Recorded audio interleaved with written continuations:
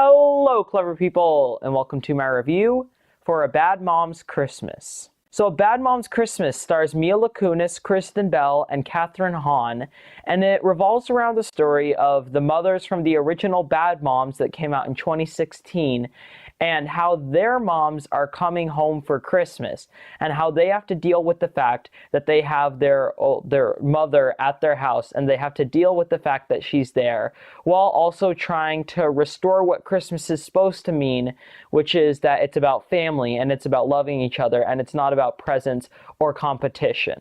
If that premise sounds familiar, there's a good reason why, because that is basically the premise for every single dad, mom coming home to their son, daughter on a certain day R-rated comedy. In the past 10, 15 years, it's basically been the same movie over and over again, and this time it has a Bad Moms label on it. So last year, Bad Moms came out to surprising success. It made a lot of money opening weekend. It continued to go on, and I believe like worldwide it made around $200 million on a very, very cheap budget. So as quick as they could, they tried to start two other bad type movies. They were supposed to have Bad Dads come out in July, but that ended up failing. I'm not completely sure why. It was supposed to come out in July and then it just didn't work out. I'm not sure if it's completely scrapped or if it's still happening. I'm not sure. But then they also did this one, A Bad Mom's Christmas. This was made in practically under a year.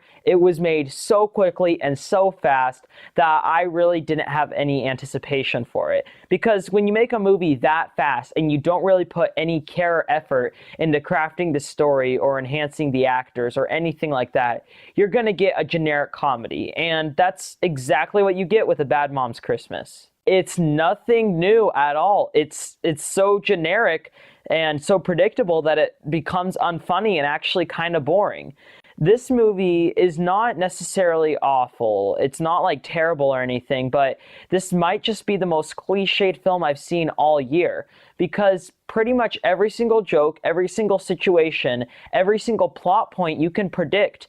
There's not a single thing in this movie that happens that's out of proportion or that you wouldn't expect happening. Every single scene, every single plot point that moves forward is predictable, and that also goes to the jokes. The jokes in this movie are really unfunny because a lot of them are predictable. Now, I will say that it's funnier than I thought it would be, and I never really cringed at any of the jokes because of how awful they were, but there's nothing particularly funny about this movie. I laughed once, twice, or maybe three times, and beyond that, it's not really good for much else.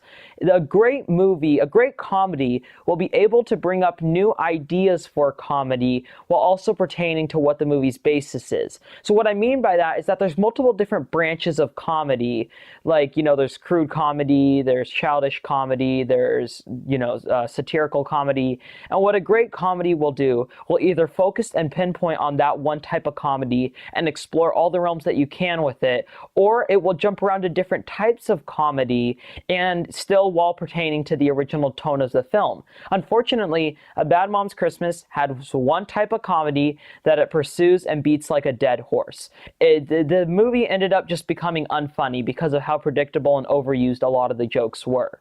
And something that this movie basically needed to have to be good was Christmas cheer and Christmas spirit, because that's what this movie is going off of. It's going off of the stay-at-home moms, or just the moms, that went and saw Bad Moms last year and really loved it. And because they loved it so much, they wanted to come back and see A Bad Mom's Christmas, and they wanted to have Christmas joy, and they wanted to be happy about Christmas time, while also, focusing on the fact that moms have a really hard time during Christmas.